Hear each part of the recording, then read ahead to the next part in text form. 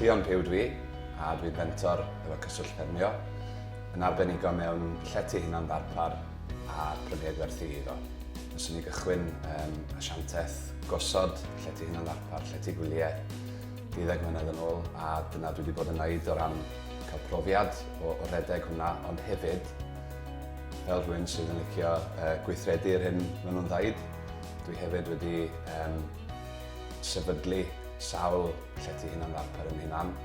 Pob un o'r rhai sydd gen i ar y foment wan adre ar y ffarm, 2 wrth gwyliau, 1 caban hefyd ar yr ochr glampio ac un arall ar y ffordd. Dwi wedi'n lleoli adre ar y ffarm broddo fi, yn agos i'r chynllunio. A da ni'n ganolog i bob man, felly dwi'n hapus i ddeithio i unrhyw gyfeiriad yng Nghymru achos da ni o fi'n cyrraedd i bob man. Pan ddechreuais i'r busnes ar rhedeg am 12 mlynedd, o'n i'n mynd allan i ganol o lefydd yn cwrdd â perchnogion ac yn gweld beth ynod oedd ar gychwyn i siwrne o ran sefydlu llety hunan-ddarpar a tyfu hwnna i fod yn busnes llwyddiannus.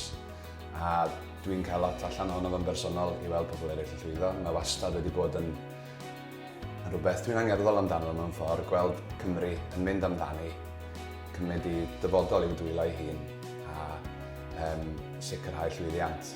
A os allai i fod yn rhan o'r daith yna, dyna'n union dwi eisiau gwneud fel yn rôl yn fentor ar rhaglen cyswllt Ffermio.